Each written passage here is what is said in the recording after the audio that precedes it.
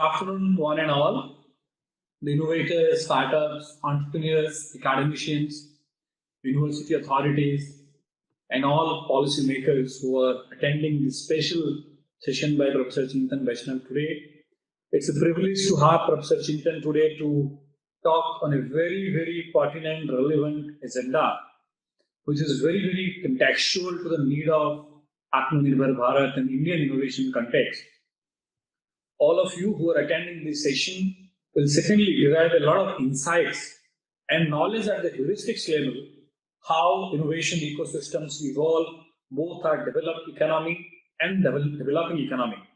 Having said that, this session is also going to help us to unravel how we can ensure that the best minds are not only busy in solving the rich people's problem, but also they are aligned to solve the problems of the mass, problems of the nation, problems of the society at large. And how do we really create that entire ecosystem in place is something that Professor Chintan Vaishnav is going to address us.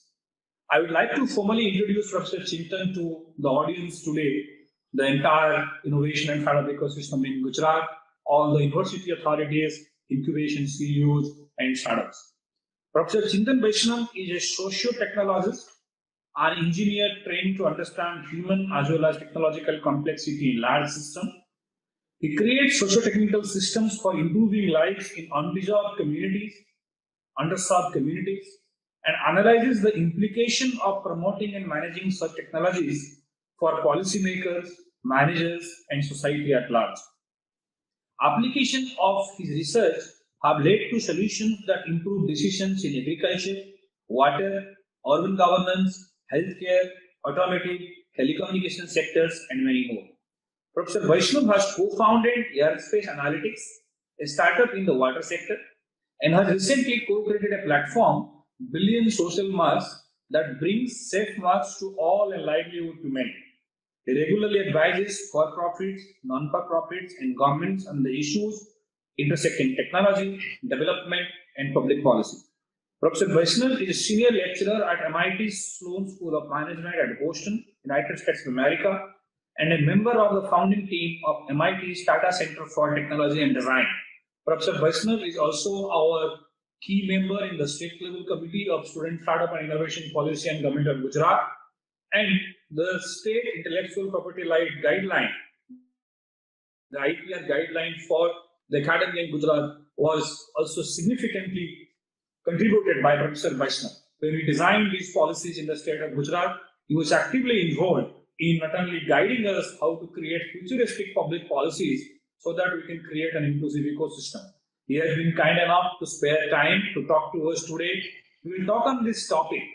What could be our approach to innovate for underserved communities with academic rigor and practical relevance?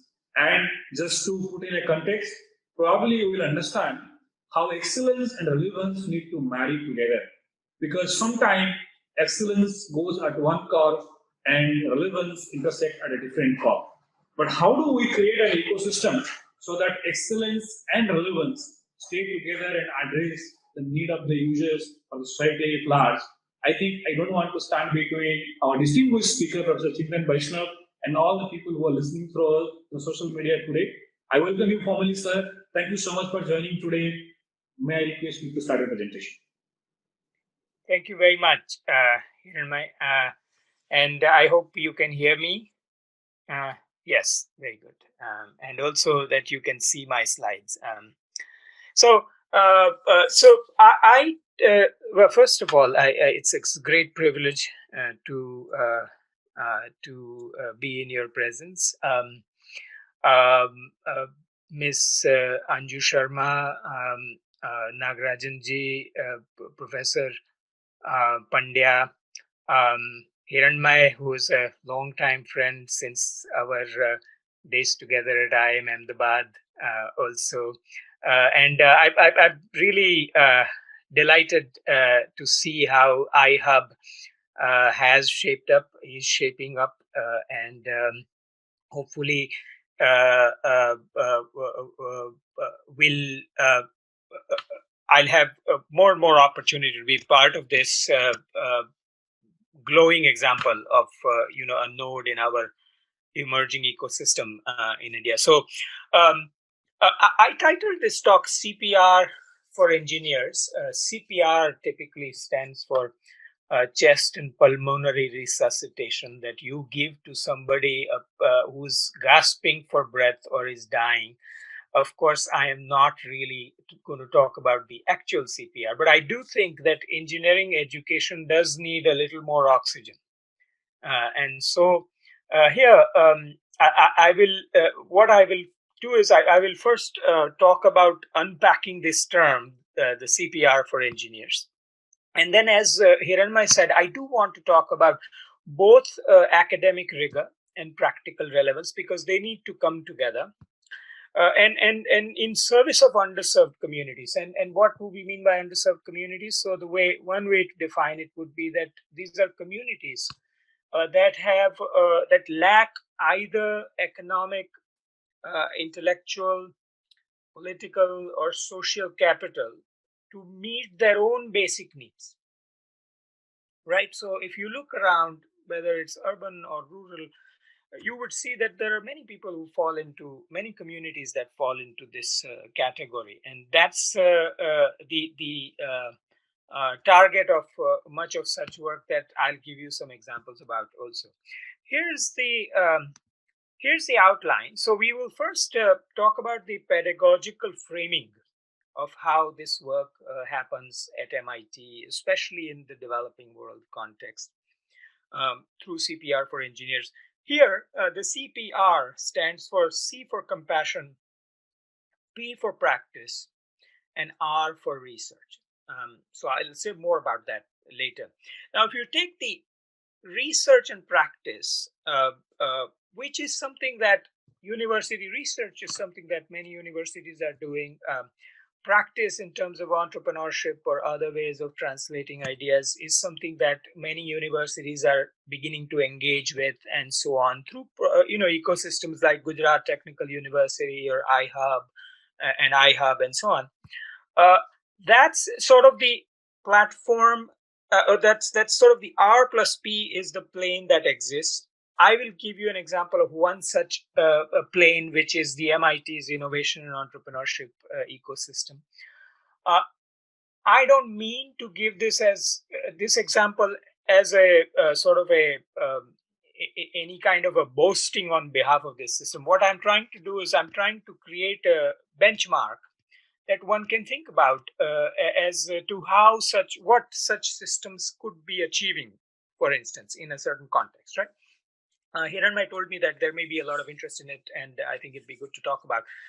Part two will be the C part of the CPR, which is C for compassion. This is the piece that almost no academic system is doing very well. Even MITs of the world are still learning exactly how to do this. But so I want to share something with you about that, because compassion axis has the potential to completely change your objective function as to what you apply your skills and what you dedicate yourself to. So that's part two. And then part three, I want to talk to you about maybe a couple of wicked problems from my own research, where we have really gone over the last 6-7 years from conceptualization of the problem to doing the research to trying to now translate it into entrepreneurship, just to give you an end-to-end view of it. So that's our roadmap here. Okay, so let's get started with some framing. So as you know, mind to market is a part of iHub's mantra, and this is a journey to take us towards a culture of innovation, right? One way to visualize this journey, or the way I think of this journey anyway, is a three-layered stack. So where the bottom layer is the infrastructure for innovation, which may be the physical, economic, and human resources. This is something that's happening at iHub, is happening at many other places through India's Atal Innovation Mission, and so on. Right? On top of this infrastructure are the processes for innovation. This may be processes to inspire people, to incubate their ideas, to accelerate good ideas, to protect their ideas to the IPR system, to create accolades so that back to inspiration, there's more inspiration and so on. So that's sort of the processes. I think this is a layer where there is a lot of experimentation happening. There needs to be more experimentation, not only at iHub but everywhere. So that's the second layer. And once you have these two layers, then there is the question of a culture of creative problem solving. And this is this has a lot of what people like to call the soft variables, right? I mean, can you lead a fundamental inquiry of why problems, very deep, wicked problems exist? Can you bring together world-class skills and education around those problems, right? And the third is, can we have a culture of enterprise? Now, in Gujarat, I am from Gujarat. Gujarat has had a culture of enterprise. The question is, can we have a culture of science and technology driven enterprise, which has much larger returns, right? That's the conversation we're having. Um, of course, any kind of enterprise makes people prosperous. There's nothing against it, but we are now talking about a more high-tech, science-driven enterprise in this conversation. And as you go from the bottom to the top layer is how you're creating the culture of innovation. That's one view of this journey. So that's one part of the framing. Second, if you put quest for fundamental knowledge on one axis. So think about the y-axis, which is rigor. This is the axis of rigor, where you have a low rigor to high rigor. And the other axis you use as consideration of use or the practical relevance of an idea, and go from low to high. Then you end up in four buckets, where the top left bucket is really pure basic research. This is called the Neil Bohr's quadrant. Here, we're concerned with how things work, nature of things, how atoms work, for instance, going back to Bohr. How that knowledge will be used is not the concern here. The concern is how things work. Exactly diametrically opposite is the Edison's quadrant, right? This is pure applied research, where the goal is not really to create knowledge, but it is to utilize knowledge to some application. So Edison's work of bringing electricity to people, not trying to create knowledge, just trying to utilize the existing knowledge to put it in some use. And then the third quadrant is what's called the pastures quadrant, which is a use-inspired basic research, where we have a very clear sight of what problem we are trying to solve. But solving it requires some research, right? And this is the juncture where a lot of our work, a lot of MIT's work, in fact, a lot of it probably starts higher in the pastures quadrant and slowly moves towards Edison's quadrant. Of course, there is a lot of work in the Bohr's quadrant, but that's not what we are thinking about when we think about entrepreneurship, because it's 20, 30 years down the road. Right? So that's the locus of what we are talking about. So now let's come to the CPR. So I said this is a three. So the way, so over the last 6 to 7 years,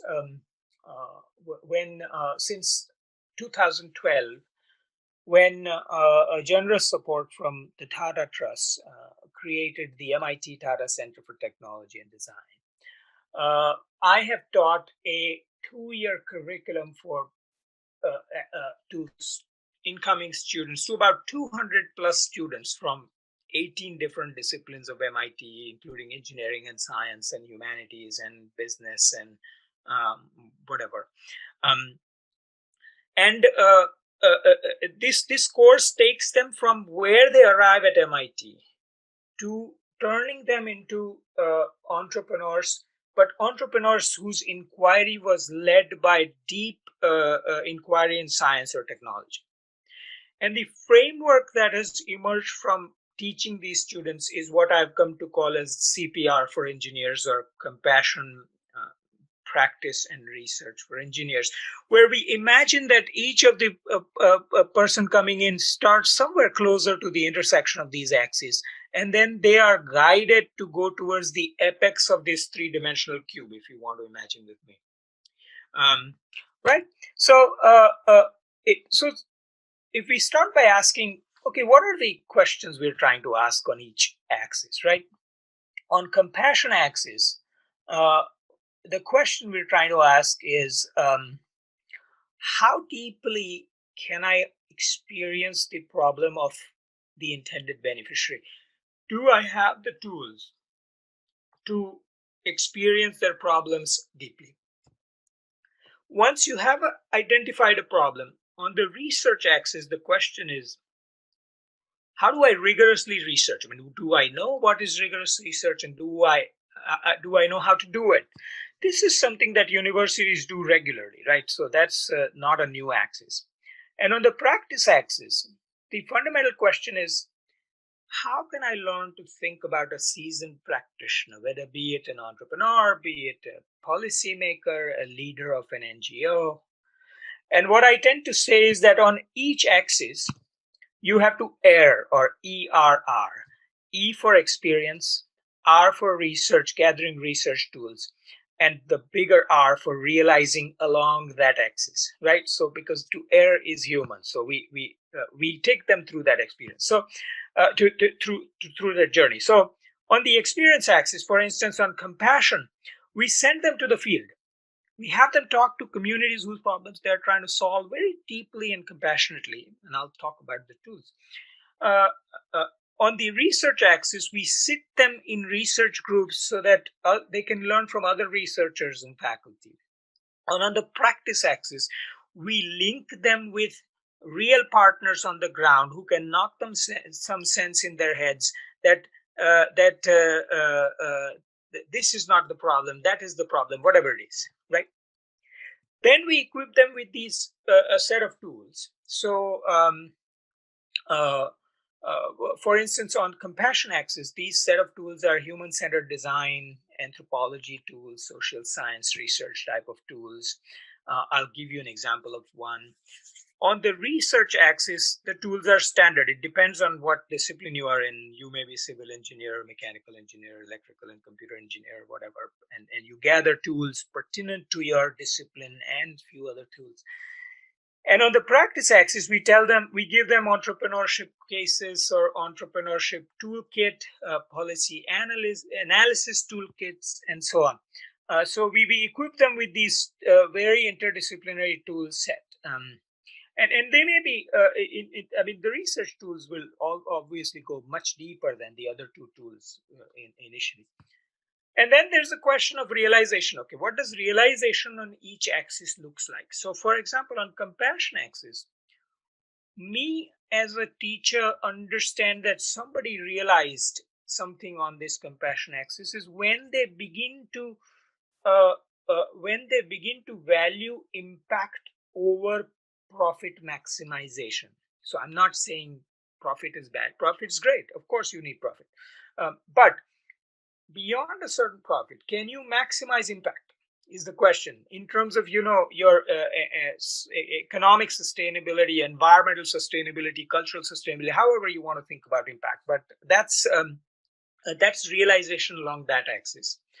On research axis, the realization is pretty simple. Peer-reviewed publications, thesis, and so on is the gold standard. We've been doing it for years together. All the universities know how to do it.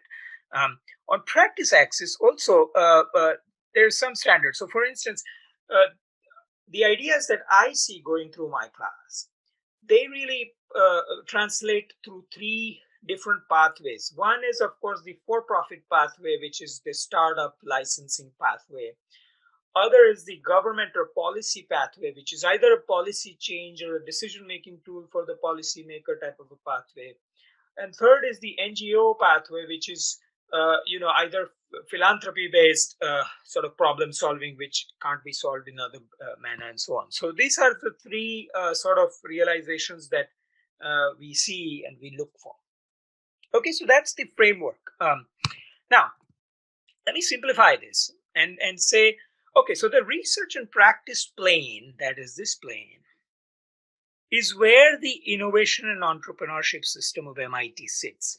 And now I'll talk more about that.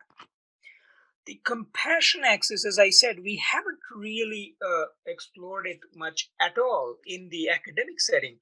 Of course, in other settings, for instance, there is tremendous amount of work on understanding compassion and understanding somebody else's problem and all that. For example, I put a picture of probably one of the most impactful thinkers along this line, Gautam Buddha. So but let's talk about the research and practice first. So that's part one, research plus practice. Let's go to MIT's innovation and entrepreneurship ecosystem. I'm going to tell you some nuts and bolts in this section. Okay, so it may get a little dry.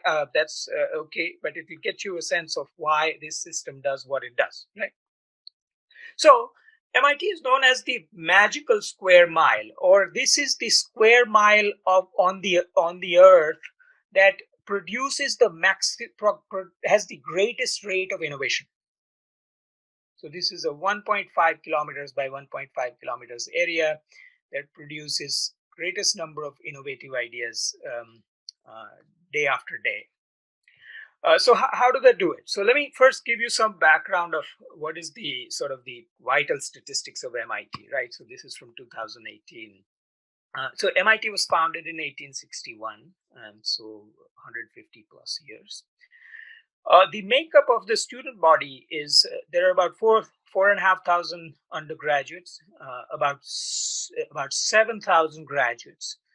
So that's the first thing to notice. Most universities of the world are the other way around, where there is 90% undergraduates and 10% graduates. Here, there's 40% undergraduates and 60% graduate students, which means this is a far more research heavy place. The student body is very diverse in terms of male, female, international versus sort of local population. There are about 1,050 faculty for these 11,000 students, which means there's one faculty for every 10 students. So that's this sort of the teacher to student type of a ratio. And there are about 12,000 plus employees. There are 54 majors at MIT, and the annual expenditure of this place is about $3.6 billion. 43% of that goes towards sponsored research. Let me show you a picture about it. So if you look at the expenditure of MIT divided, 43% sponsored research, about 30%, 29 to 30% in instruction, teaching, etc. About 24% for general administration, and then about 5% for alumni affairs and other auxiliary enterprises like clubs and this, that, and the other, right? It is really the research piece that produces, that is the engine fueling the innovation ecosystem, right? Okay, so the other thing which is quite well known about MIT is that the motto of this place is "Mens et Manus," or which is a Latin phrase for mind and hands, and that philosophy of both theory and practice, hand in hand, is pervasive in almost every course of MIT. So even whether you go to economics or management or anthropology or parts of political science, things that you would otherwise think could be very, very dry, are taught at MIT in a very hands-on way. Needless to say, of course, engineering and science are very, very hands-on, but there is a deliberate effort to douse people into hands-on activities. Okay, so that's sort of the ethos of the place. Now, if you look at the entrepreneur, let's come to the entrepreneurship legacy. These numbers come from a 2003 report of Kauffman Center, which observed that in 2003, and this number may be higher now, but in 2003, for example, there were 30,000 active organizations where one or more co-founder was an MIT alum. These organizations at that point were employing 4.6 million people worldwide and were producing an annual revenue of $2 trillion. Some of the household names, for example, Khan Academy these days, very big. Of course, Dropbox, very big. Bose, a great brand. And then the founders of Intel, Qualcomm, 3Com, HP. I didn't have Cisco here, but Cisco also, and so on. So these are some really big names. Amazon Alexa, for instance. And the if we go to this this Kauffman Foundation's report, it said that together these companies that are founded by the MIT alumni, they amount to the 11th largest economy of the world. So this is a tremendous footprint, this little 1 square mile, the magical square mile, has. Hiranmay earlier was mentioning that it is believed, it's estimated that about 10% of every alumni of MIT has at some or the other point done some entrepreneurship. So that's sort of the statistics, entrepreneurial sort of footprint type of picture here. One of the very unique features of these companies created by the MIT alum is that they spend a lot more on R&D than an average organization because they are steeped into deep science and technology. They come from these labs and so on. Here's a picture that is a 2013 picture that shows the biotech cluster around MIT. So this gray area that you see is the MIT campus. One end of the campus is the Entrepreneurship Center, where the Sloan School of Management is. There are a bunch of biology-related laboratories. This is really only about biotech. And all of these dots that you see around campus are the various startups in biotech that have been seeded through this campus. And so who are the stakeholders here? Of course, there are the students and faculty is one set of stakeholders. The entrepreneurship ecosystem enablers like iHub is another set of stakeholders. But all of these corporations that have partnered with some or the other part of MIT to create these offices or these startups around MIT, these are big names like Genzyme, Genentech, Amgen, and so on. And of course, the one other major invisible somewhat stakeholder is the real estate play around this campus, right? So this is sort of the impact in biotech type of a picture. Okay, so what does this ecosystem have? So let me talk to parts of this ecosystem, right? On the left-hand side are the rather permanent pieces of this ecosystem.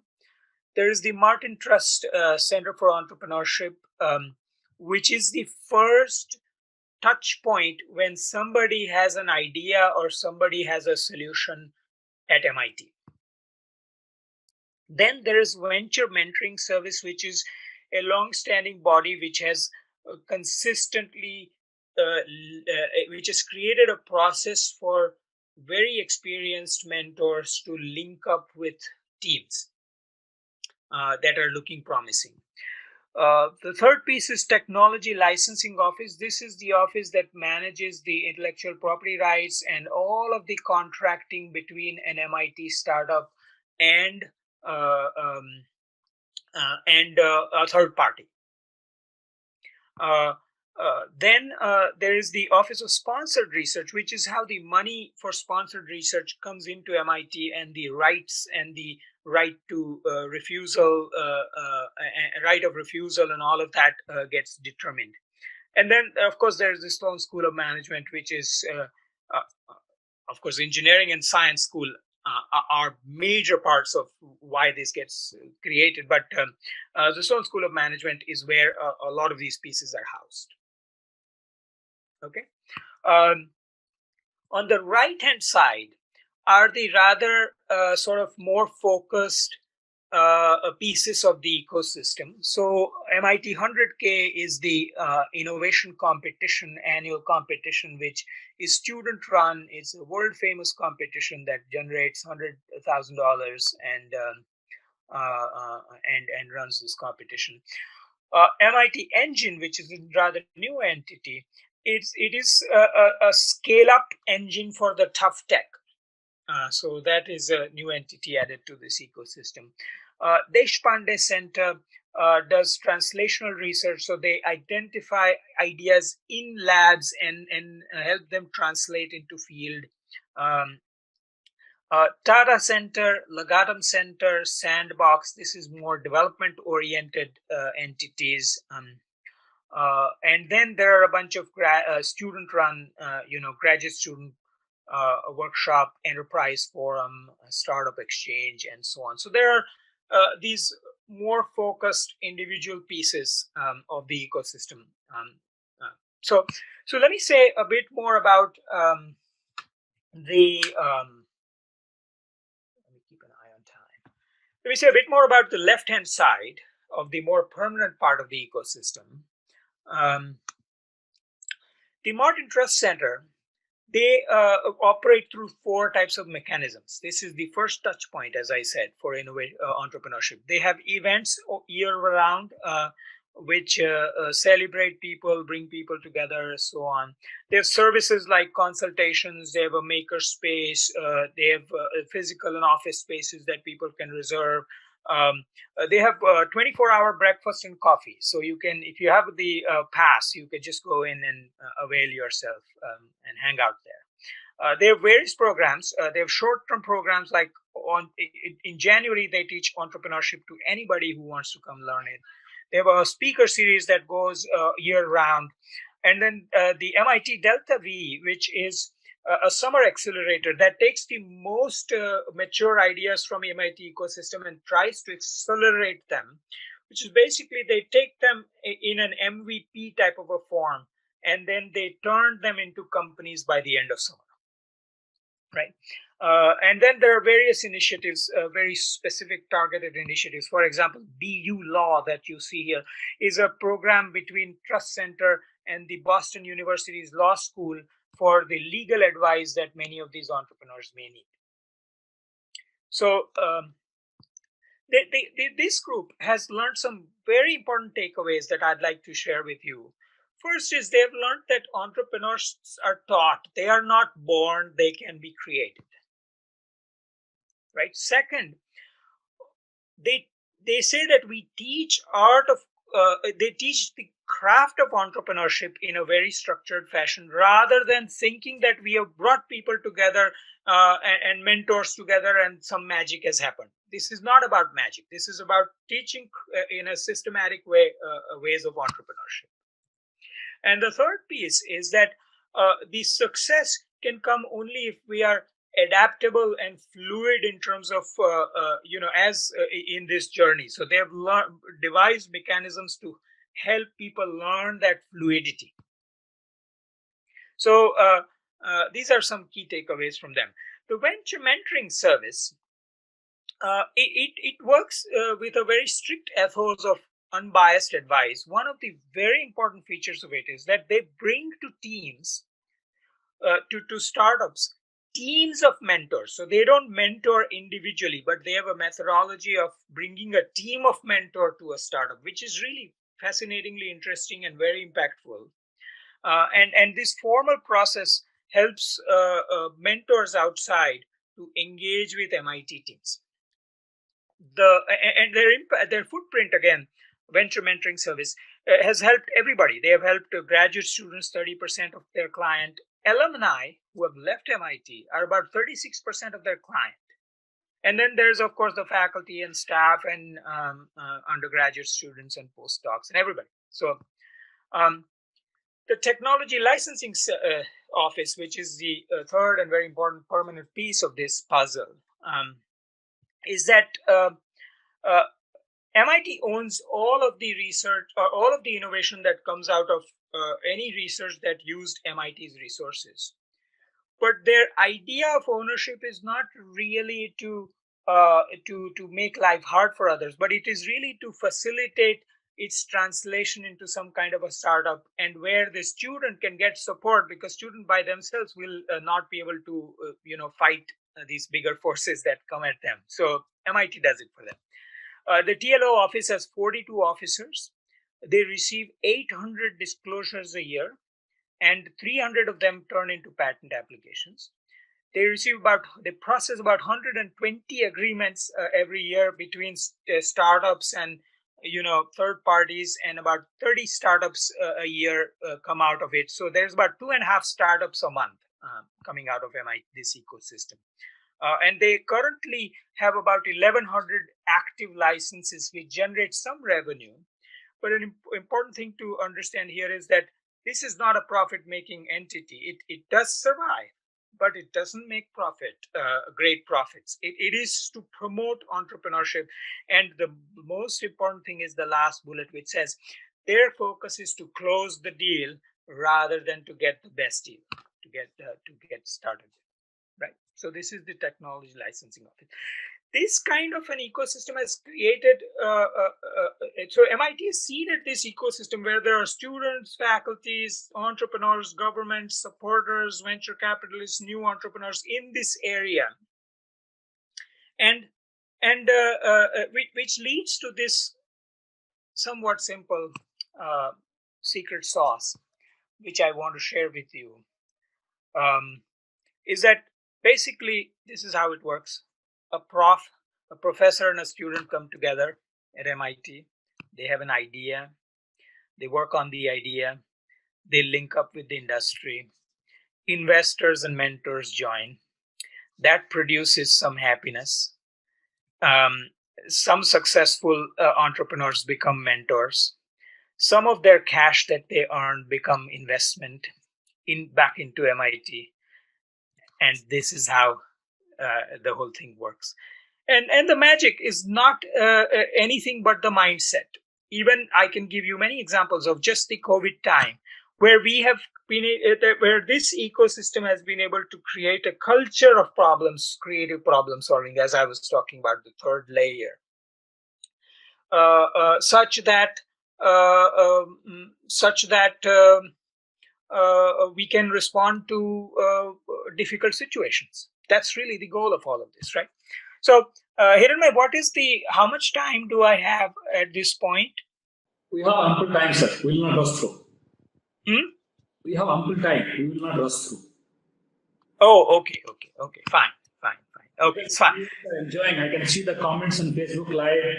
Some people are saying the university administrator, some people are from different universities, they are saying it's a lifetime learning opportunity how a 150-year-old university has done systematic innovation processes. I can see some comments. Okay, fine. So I will try not to delay us too much, but I do want to touch upon a few more pieces. Okay, all right. Okay, so now I think, well, our goal is, can we replace this MIT with GTU plus iHub? That's the goal. Okay. All right. So let me go to part 2, which is the part of compassion, which I said earlier. The idea is that, do I have the tools to deeply understand the problems of my stakeholders? This is a dimension along which universities are the poorest. They are really struggling to sort of reward compassion, right? But I'll give you some, and I said earlier that this dimension has the potential to completely change the objective function. I'll give you one example of it. So in my class, my goal is to enable somebody in this picture, like the one on the left hand side of this picture. This is a Canadian student who joined my class. To bring them in front of somebody on the right hand side of this picture. This is a valveman in the Mumbai Municipal Corporation, and have them forget their differences in their backgrounds and cultures and all of that, and be able to talk about and work together on the important problem that matters to both of them. So how do I eliminate this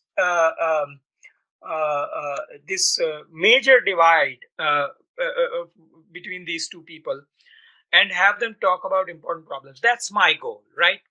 And this particular story, when David Taylor, on the left hand side of this picture, when David came to MIT, he had been a part of Engineers Without Borders, and he was very clear that he wants to work on the problem of water leakage in cities. Because if you look at cities world over, every city, including the best of the cities, have 20 to 30% of water lost to leakage. So what we did was we sent him to Mumbai, and through the support from Tata Trust, he was able to connect with the Mumbai Municipal Corporation. And then every morning he got up, got into his jumpsuit, and went with these Mumbai Municipal Corporation people who were fixing water leakage problems. And he got into trenches and actually fixed problems with them.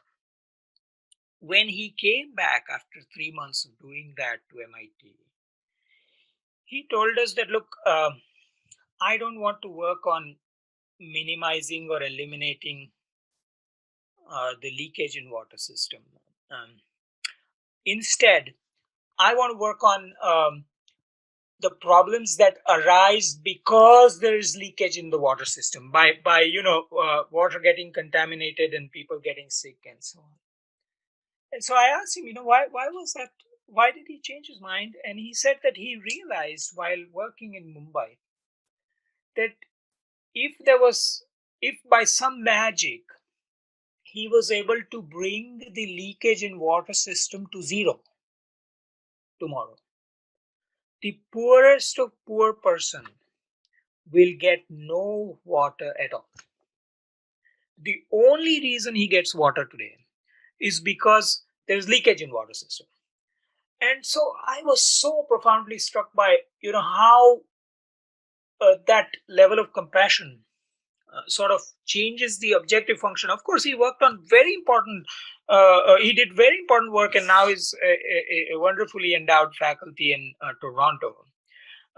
He created this sort of the valve that minimizes the minimizes pulling water when there's vacuum in the pipelines. And that pressure compensation reduces the contamination in water and so on, which is now being tested and all that. So, but this is what this compassion axis can do. How are we teaching it? So think about Steve Jobs, for instance. A lot of people say that Steve Jobs was able to create markets where there were no markets. Or he was a magician in doing that. But really what he did was he didn't really create needs for people. What he did was he was able to express the latent needs that people already felt inside them. He expressed them through a product that those people want, that meets that latent need. So for instance, I want a highly functional phone, which makes me cool. And making me look cool is my latent need. But I really need a highly functional phone. That's what he provided.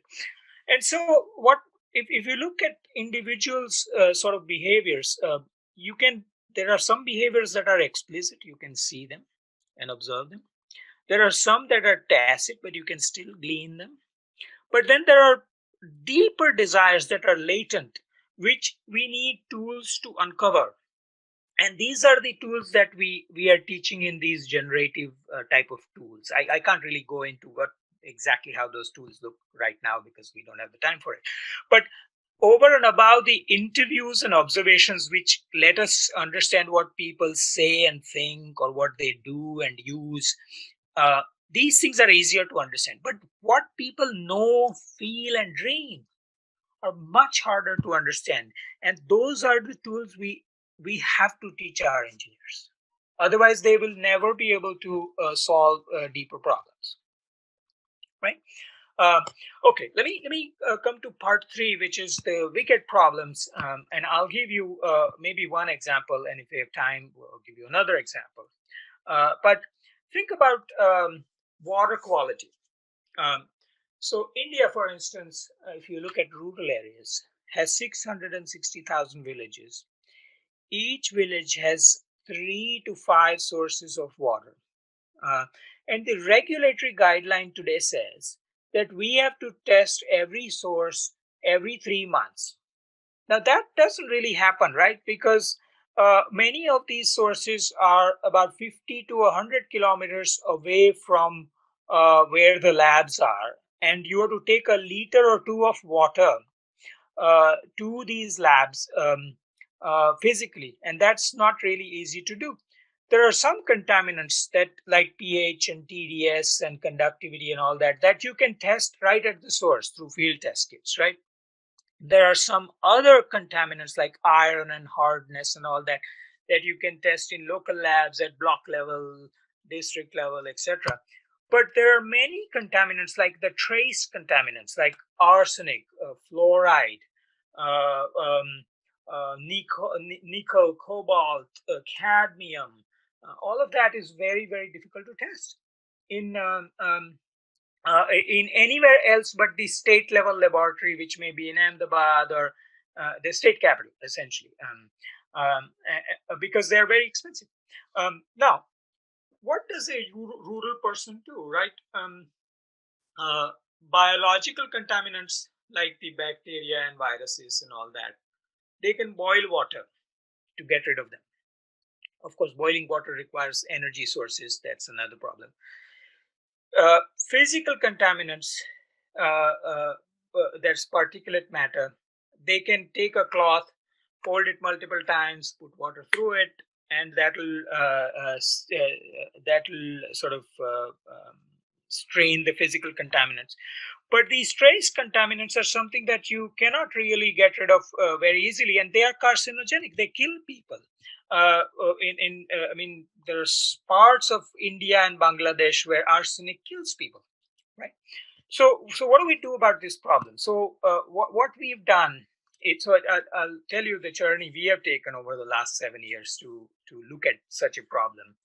See, our initial concept was that one of the things that our villages do have is we have a very active postal system that connects to the village.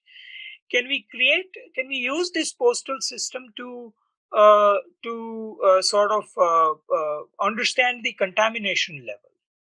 And we were looking around and we realized that in healthcare, a lot of the genetic disorder challenge was solved when we were able to do dry blood spotting, which was able to prick the baby's skin, take a blood sample, put it on a blotting paper like medium, and store it for years to come, so that you can, first of all, it eliminated the need for a cold chain to preserve blood.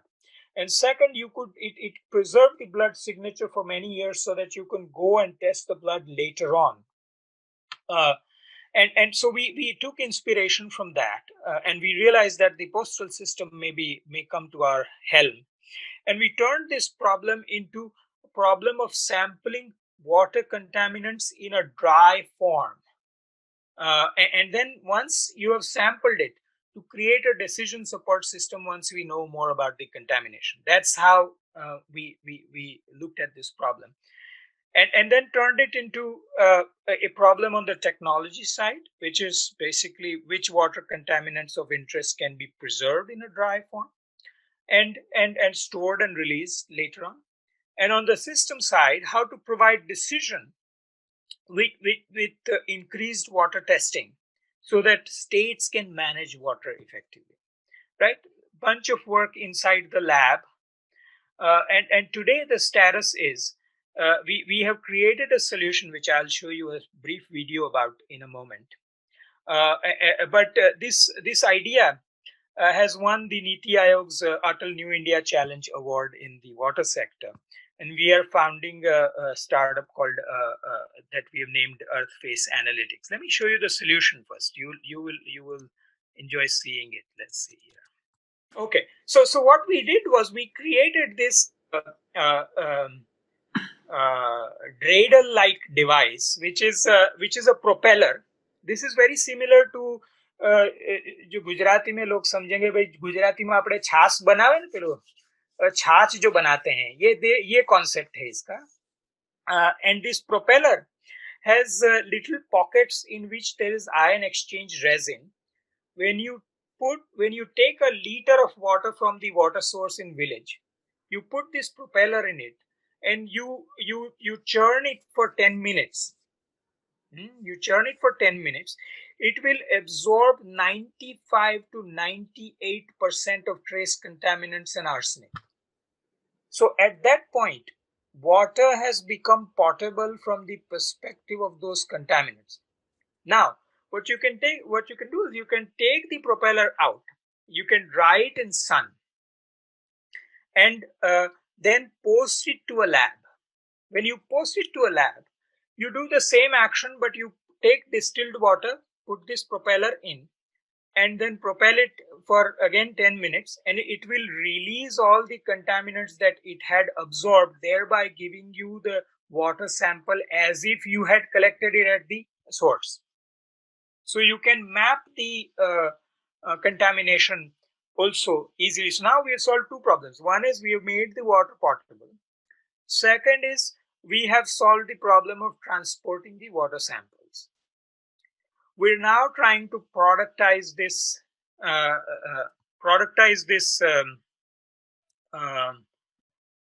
Let's see. We're trying to productize this solution through Earthface Analytics, where the idea is that we want to keep communities safe from detrimental trace contaminants in drinking water by offering them an affordable solution like this. So we're trying to productize this idea. We have partnered over the last 3 years. We have partnered with two collaborators, Professor Indra Sen, who is an environmental science professor at IIT Kanpur, Earth Sciences, and Harsha, who is the CEO of Kritsnam Technology, also an IIT Kanpur graduate. And there are three of us, Professor Rohit Karnik and myself, who have been the PIs on this solution for last 6+ years, and Emily Hanhauser, who is the PhD student.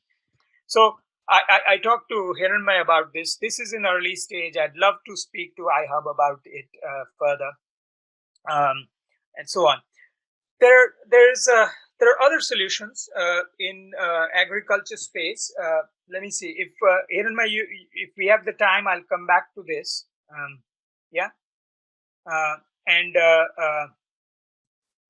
A similar journey. But the bottom line I want to share. Let me show you. Actually, let me just show you this solution. I don't want to shortchange it. Okay, so the another wicked problem is that there are 480 million smallholder farmers worldwide who have 2 hectare or less lands, and they face 50 to 200% gap in the yield between the potential of the crop that they grow versus the actual yield that they get. Right? In India, out of the 140 million farms, 110 million farms are less than 2 hectare farms, and they face the same problem. Even in Green Revolution Belt, that is Punjab, Haryana, and Western Uttar Pradesh, we face 50 to 60% yield gaps between the potential and the actual yield. One of the determinants of these yield gaps is the soil nutrient management, which requires effective soil testing, which doesn't really happen because currently our lab capacity to test every farmer is about 1/10 of what we need.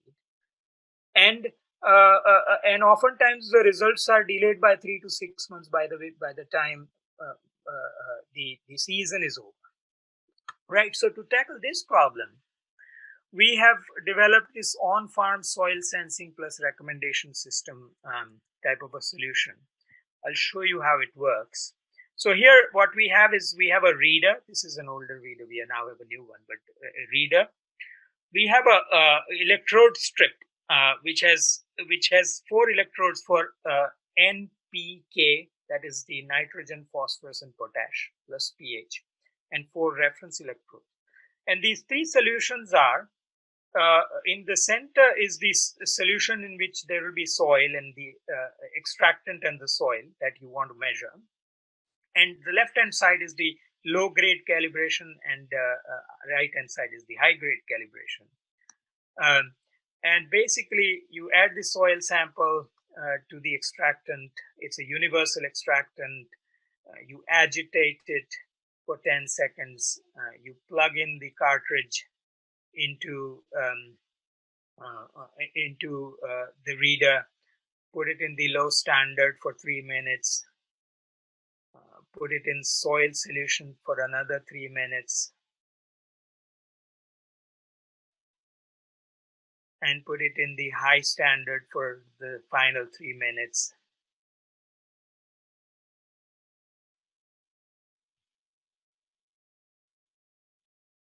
And it will give you the NPK plus pH. And you enter these values through a Bluetooth connection to the cell phone, and it will give you the recommendation. Actually, it will give farmer a choice of 3 different fertilizer mixes to pick from. Now, so we have now produced a solution which can on farm in 10 minutes with lab-like accuracy, 400 rupees a test, can give the farmer NPK plus pH. We are now working with the Government of India to create pilots for testing this technology, where we combine the soil testing labs of the government with on-farm testing technology like this to test every farmer in a region once a season. That's really the goal. Okay. All right. So let me close by saying, I already said this is the system by which MIT's ecosystem works. Can we replace this MIT logo with GTU plus iHub logo? That's the journey you may be thinking about. I'm happy to be a part of, and I'm happy to talk about anything else that you might want to talk about.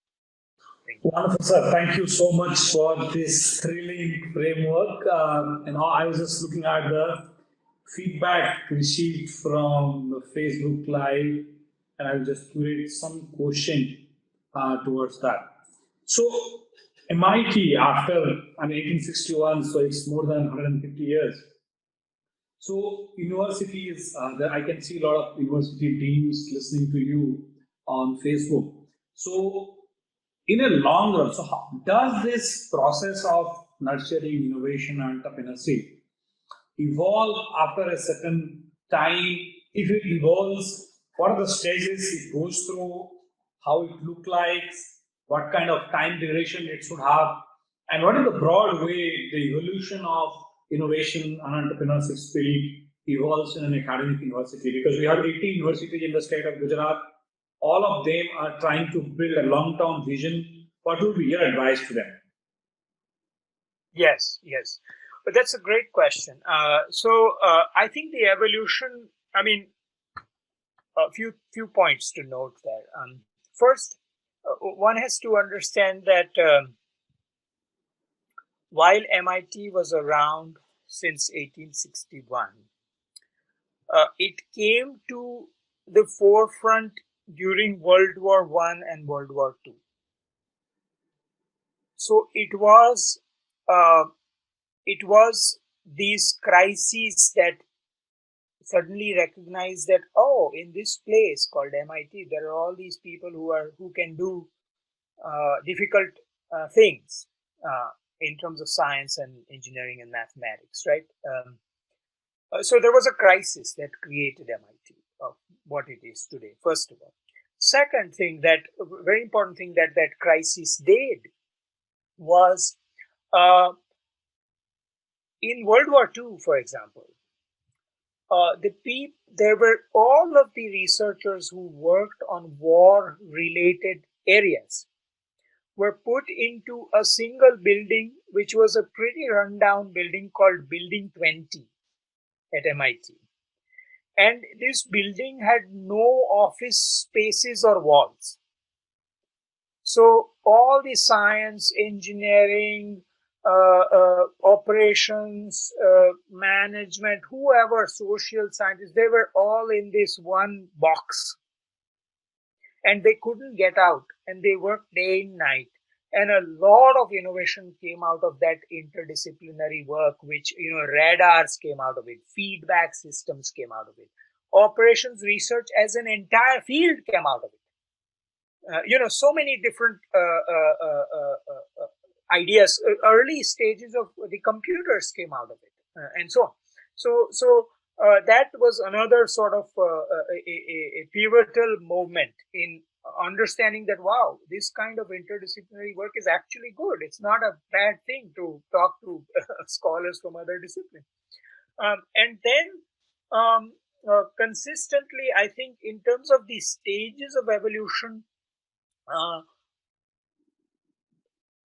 there are a few things that has happened. Well, first, I think the incentive structure of the academic institution has to realize that over and above publishing papers, they need to be able to reward or celebrate the sort of creation of impact on the ground, which was always in the ethos of MIT, but I think it happened through creation of the innovation and entrepreneurship system over the last, I would say, about last 40 years of evolution.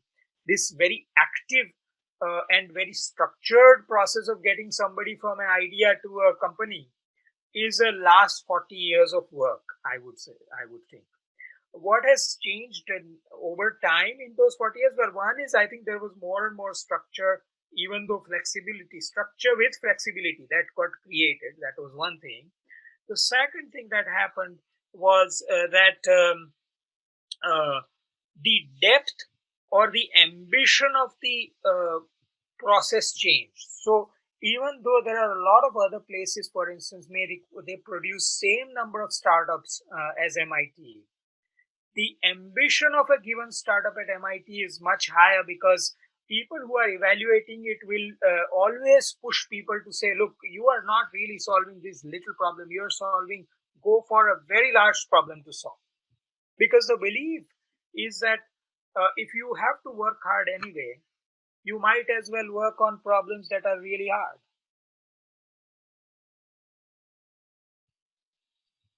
I think you really marked a point that it's a 4-decade game, and there is no shortcut to it. And there is no shortcut to it. Yeah, you have to gradually evolve. And this is a great learning to all our higher learning institutions.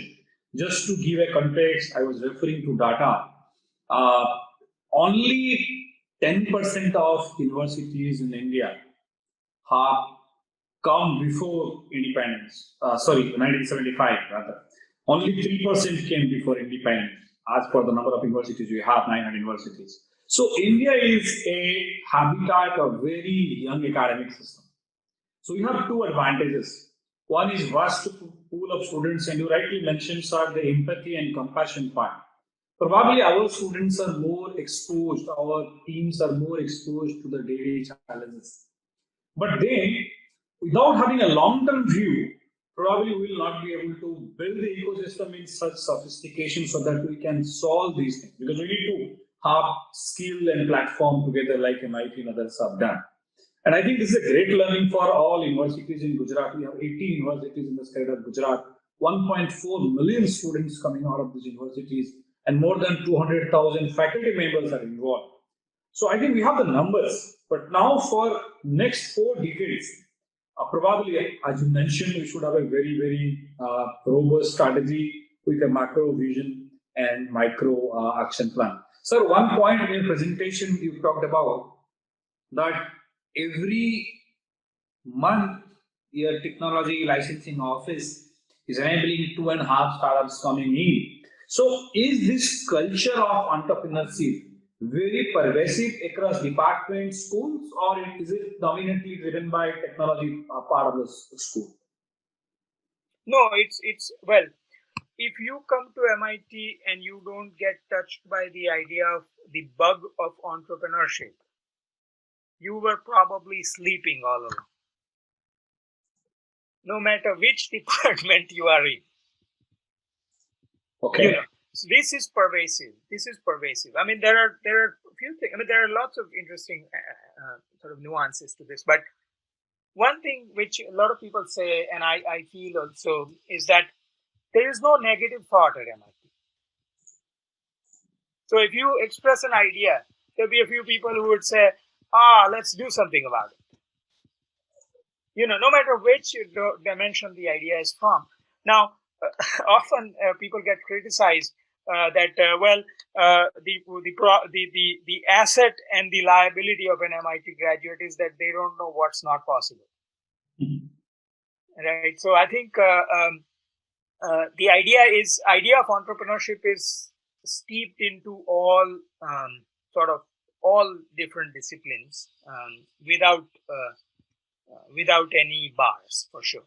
And I think you mentioned rightly the World War II incident when all departments has to come under one roof, and that probably created an opportunity to intersect in the research and create new solutions. In India, I think one of the major problems in our academic innovation system is isolation. And whether that isolation is removed forcibly through some challenging situation like COVID, or through a systemic approach like public policy, like we are trying to do in SSIP, Student Startup Innovation Policy. Yeah. That's a matter probably we need to look at. But once we break that barrier, I think a humongous amount of change will come. And really, institutions should aim that for next 4-5 decades, so that maybe the leadership of the institution changes, but the spirit does not change. And I think that is going to be a very, very significant factor in days to come. Sir, you also mentioned about you have been part of a couple of startup companies along with your students, and in this picture also in the magic process, I can see both arrows of faculty and students coming in and building good product and solution. How do you encourage faculty members to come in? How do you create that culture? In India, we hardly see any faculty member have a skin in the game if some solutions are coming out. Yes, that's a very good and a very hard question. I have to say that even at MIT,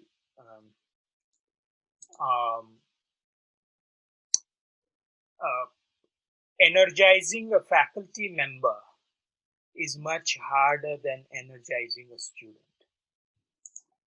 And in fact, it is really in my work, for instance, in guiding the Tata Center, where students do technology and solutions for underserved communities. I always feel that I am educating students so that I can educate faculty. It's really the students who go on the ground and work with communities and then come back and tell their professors that, look, professor, you are very smart, but the ideas you have are actually not workable on the ground. And over time, faculty listen. I mean, educating a faculty is much harder than educating a student.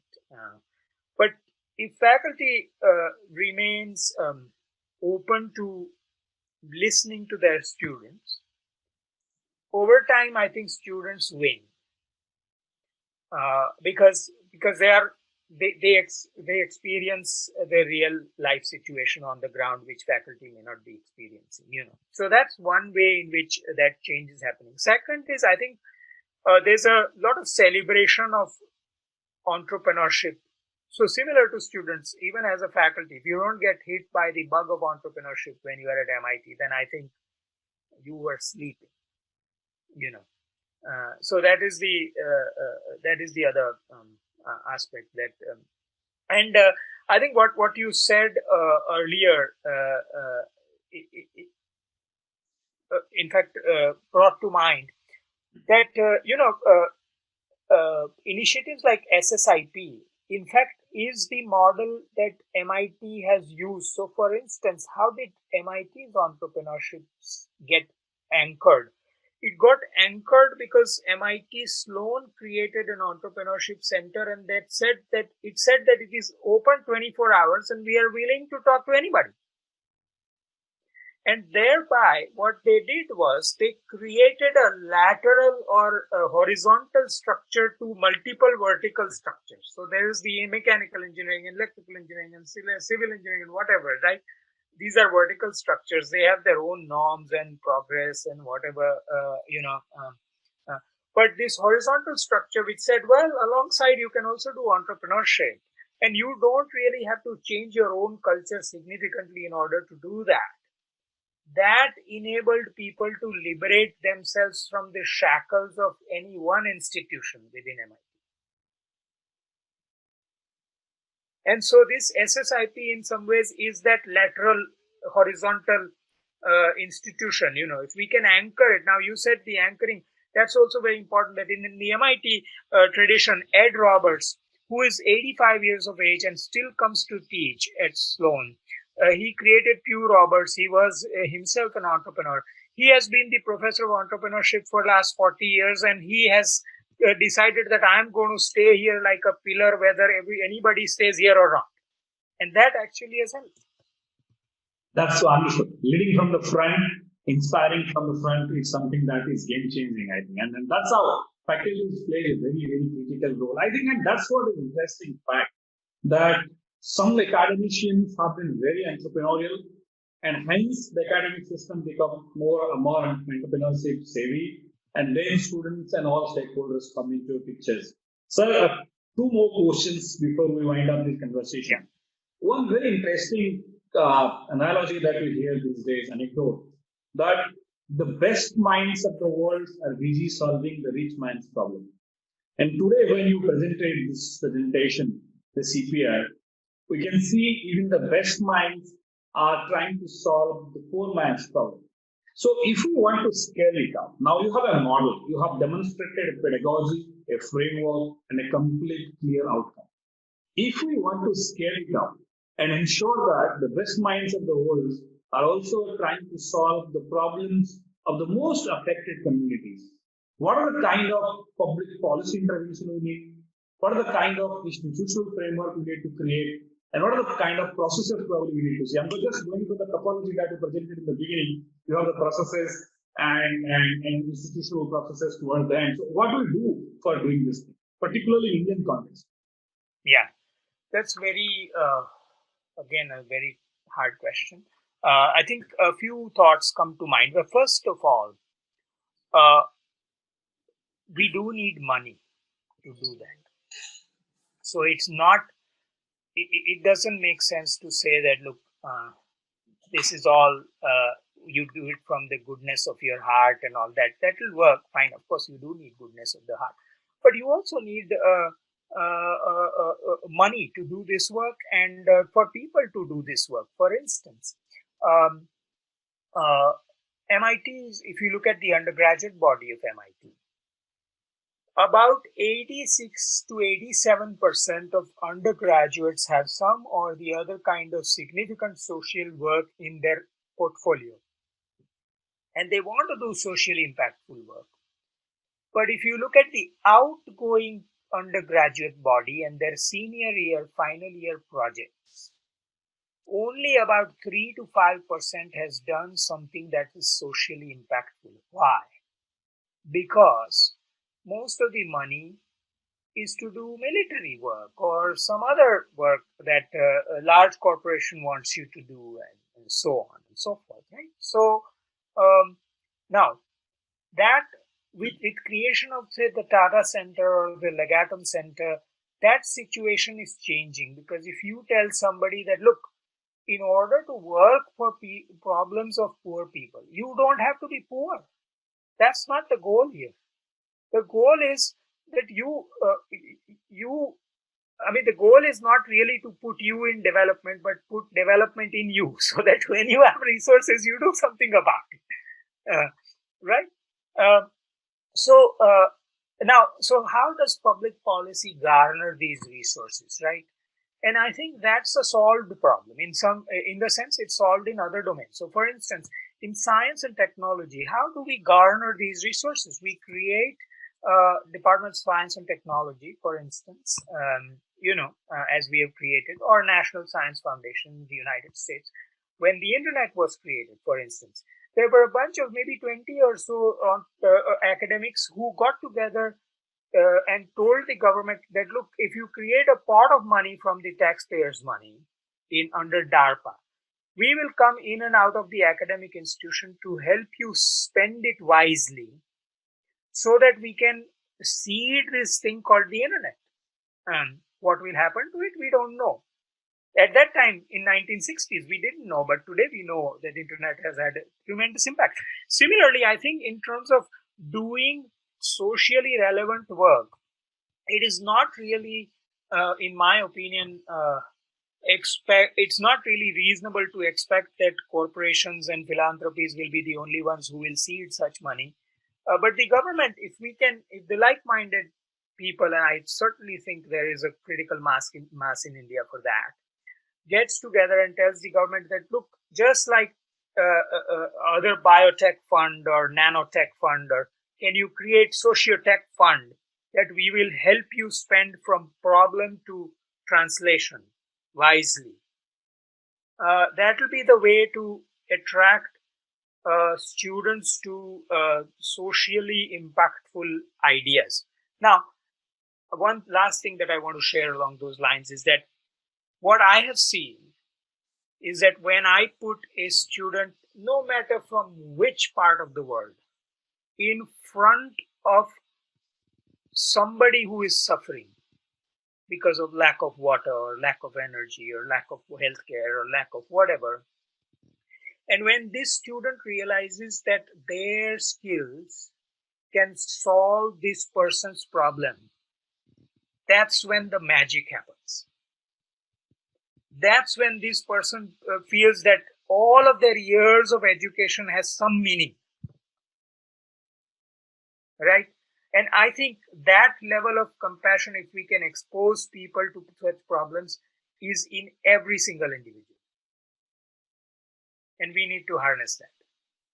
Wonderful, sir. I think you rightly mentioned that, first of all, priority has to come in place, the resource has to be put aside, the fundamental has to be changed, and the game boundary conditions has to be very, very lean and very, very inclusive. I think that's very important. And the idea is that we talked about if there is a biotech fund, why not socio-tech funds? And the important thing that you probably highlighted also is how do you add development within you other than you looking for development. I think these are powerful ideas, sir, and it was a wonderful conversation with you. I could see participation throughout this country in this dialogue. I see people participating across university from Tamil Nadu, Karnataka, Odisha, Gujarat, and all.